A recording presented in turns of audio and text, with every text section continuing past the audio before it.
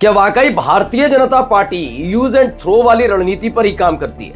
ये बात मैं इसलिए कह रहा हूं क्योंकि आपको याद होगा जब शिवसेना के विधायकों को तोड़कर एकनाथ शिंदे लाए थे तो पहली फुर्सत में कूदकर बीजेपी ने न केवल एकनाथ शिंदे को समर्थन किया और सरकार बनाई, बल्कि जो चेहरा उनका मुख्यमंत्री पद का हुआ करता था यानी देवेंद्र फडणवीस, उनको डिप्टी सीएम बनाया था और एकनाथ शिंदे को महाराष्ट्र की कमान दे दी थी। लेकिन जब से 132 सीटें आई हैं, बीजेपी ये मानने के लिए तैयार ही नहीं है कि वो किसी भी कीमत पर एकनाथ शिंदे को मुख्यमंत्री बनाएगी। फिलहाल फॉर्मूला सेट हो गया है, एकनाथ शिंदे को कह दिया गया, वो मान भी गए, तमाम चीजें हैं। लेकिन इसके बावजूद सवाल ये उठ रहा है कि आखिरकार ये सीएम के नाम को फाइनल क्यों नहीं कर पा रहे? क्या वो देवेंद्र फडणवीस मुख्यमंत्री बनेंगे या नहीं बनेंगे? आज एक एक चीज दिखाऊंगा। यही नहीं, एकनाथ शिंदे जबरदस्त तरीके से गुस्सा हो गए, बैठक होनी थी, टालनी पड़ी और वो अपने गांव चले गए।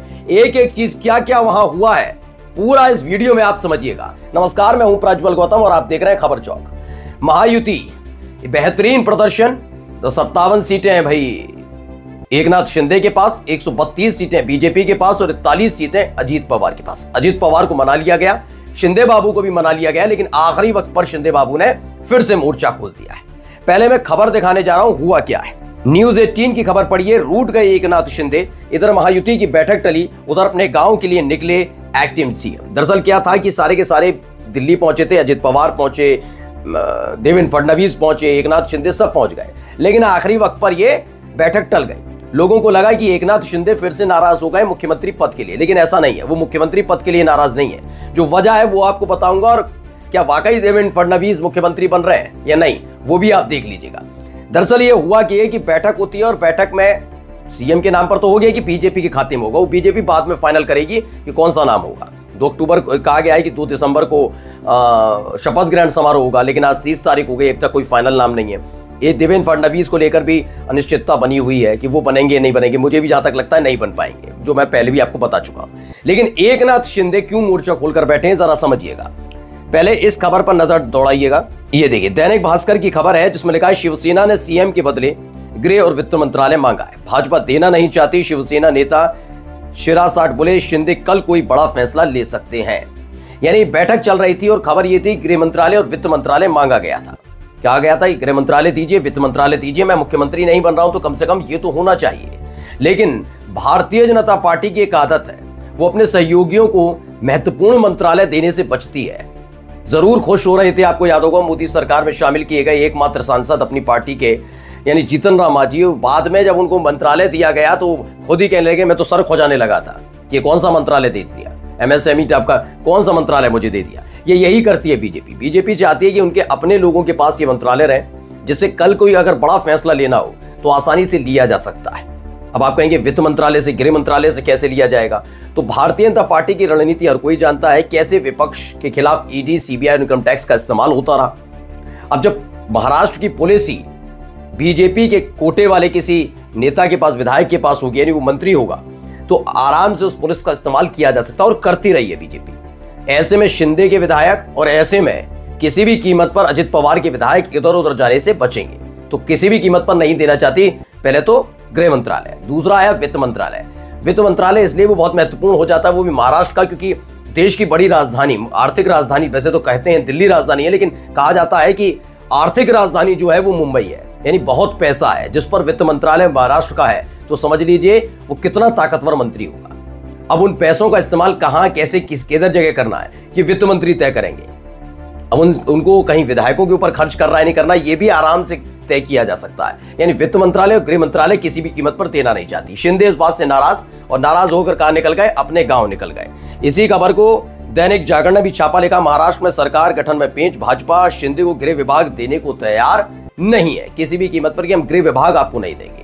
नाराजगी अपने आप में है कि गृह विभाग तो आपको किसी भी कीमत पर देने वाले नहीं है। दरअसल हुआ ये कि सीएम पद को लेकर जब शिंदे के सामने रखा गया कि आप मुख्यमंत्री न बनकर केंद्रीय मंत्री बनिए, तो शिंदे ने मना कर दिया, एकनाथ शिंदे ने, कि मैं मुख्यमंत्री तो नहीं बन रहा, कोई दिक्कत नहीं, कि मंत्री नहीं बनूंगा वहां पर केंद्र में, मैं राष्ट्रीय फलक पर जब जरूरत पड़ेगी तब आऊंगा, लेकिन फिलहाल मैं महाराष्ट्र की सियासत में रहना चाहता हूं, यहीं पर। एकनाथ शिंदे को लगने लगा इस 57 सीटों के बाद कि महाराष्ट्र की जनता उन्हें उनका खुली बाहों से स्वागत कर रही है। जबकि हकीकत क्या है हर कोई जानता है। फिलहाल एकनाथ शिंदे को ये लग रहा है, वो कहना चलिए मुख्यमंत्री पद नहीं मिला कोई बात नहीं, लेकिन कम से कम मैं क्या बनकर रहना चाहता हूं। आज तक की खबर पड़ी है, महाराष्ट्र की राजनीति का मेंटर बने रहना चाहते हैं शिंदे। सीएम पोस्ट नहीं मिला तो अब संयोजक पद पर है नजर। कह दिया गया है कि मैं संयोजक बनकर रह लूंगा। ये खबर निकल कर आ रही है कि एकनाथ शिंदे इसके लिए तैयार हो गए हैं कि महायुति के संयोजक बनकर रहेंगे, यानी सर्वे सर्वा टाइप के। जैसे एक वक्त में आडवाणी हुआ करते थे और इधर अगर आप देखेंगे यूपीए की जब हुआ करती थी, अब तो इंडिया गठबंधन हो गया। यूपीए में सोनिया गांधी कई सालों तक वो इसकी संयोजक रही है। ऐसे ही कह रहे हैं कि अब मैं महायुति, महाराष्ट्र में जो महायुति बनी है उसका मैं संयोजक बनकर रहूंगा, ये बात है। लेकिन जब विभाग के बंटवारे की बात आई तो उस पर इस कदर नाराज हुए कि अपने गांव सतारा निकल गए थे। अब एक खबर है अमर उजाला की, पहले इसे पढ़िए। एकनाथ शिंदे क्यों नाराज, देवेंद्र फडणवीस पर नहीं बनी बात, ये कह दिया गया। दरअसल देवेंद्र फडणवीस के नाम को लेकर मैं लगातार आपको बता रहा हूं कि देवेंद्र फडणवीस की बात को लेकर, उनके नाम को लेकर दिल्ली में बैठे और खासकर ये मोदी शाह वाली जो जुड़ी है, उनके कैंप है, वो खुश नहीं है। इसलिए आप सोचिए, मानकर चलिए ये क्या होता है कि अगर भारतीय जनता पार्टी के नेताओं को एकनाथ शिंदे के नाम का ऐलान करना ही होता तो अब तक फॉर्मूला सेट हो गया।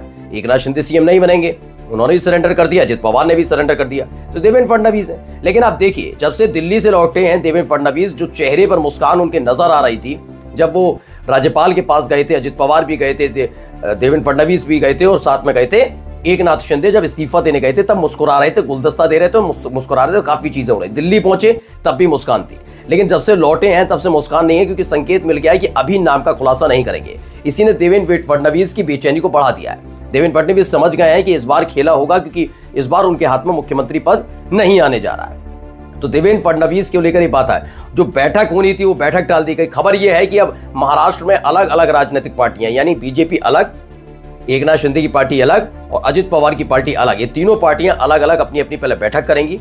उसके बाद एक महायुति की बैठक होगी और उसमें नाम फाइनल किया जाएगा, यानी तमाम विधायकों से पूछा जाएगा। लेकिन ये बात तय हो गई कि देवेंद्र फडणवीस मुख्यमंत्री नहीं बनने जा रहे हैं। उनके नाम काटने के पीछे का रीजन मैंने आपको बता ही दिया।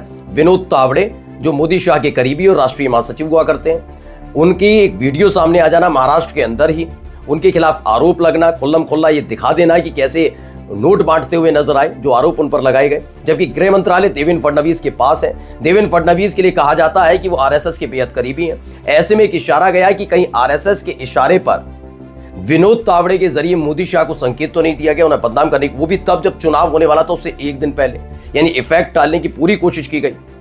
ये इफेक्ट डालने की पूरी कोशिश की जाती है। गृह मंत्रालय जिसकी जिम्मेदारी थी अपने बीजेपी नेता को बचाने की, उल्टा उन्होंने कुछ नहीं किया। तो ये सारे संकेत पहुंचे। ऐसे में देवेंद्र फडणवीस को लेकर खुश नजर नहीं आ रहे हैं मोदी शाह। नाम तो उनका पत्ता कटेगा, लेकिन बीच बीच में एकनाथ शिंदे कहीं ना कहीं एक ऐसी दिक्कत खड़ी कर दे रहे हैं जो बीजेपी को बेचैन कर देती है। जबकि बेचैनी वाली बात बीजेपी के लिए इसलिए भी नहीं है क्योंकि अगर अभी भी 57 सीटें वाली विधायकों को लेकर चले भी जाते हैं एकनाथ शिंदे, तो 41 सीटों वाले अजित पवार उनके पास हैं। और अगर अजित पवार और एकनाथ शिंदे भी चले जाते, मानकर चलिए, तो उनको पता है कि किस तरीके से अपने साथ विधायकों को लाना है। क्योंकि विधायकों की तादाद अगर देखा जाए 15 विधायक अगर आ जाते तो आराम से सरकार बन जाएगी बीजेपी की, कोई टेंशन वाली बात नहीं है। 10 अदर्स है ही हैं, उसमें से एक ने पहले ही दे दिया, 133 विधायक इनके साथ हो गए। अब 9 अदर्स, यानी कुल मिलाकर अगर वैसे इनको देखा जाए तो हो जाएंगे 142। फिर भी एकनाथ शिंदे और एक जो अजित पवार की एनसीपी है, उनके कुछ विधायकों को अपने साथ लाने में कारगर साबित हो सकती है स्थिति, क्योंकि जानते हैं बीजेपी करने में महारत हासिल है। बीजेपी की सरकार बनना तो मुश्किल नहीं है, लेकिन एकनाथ शिंदे की जगह देवेंद्र फडणवीस मुख्यमंत्री होंगे या कोई और, इसको लेकर पेच अटक गया है। नमस्कार।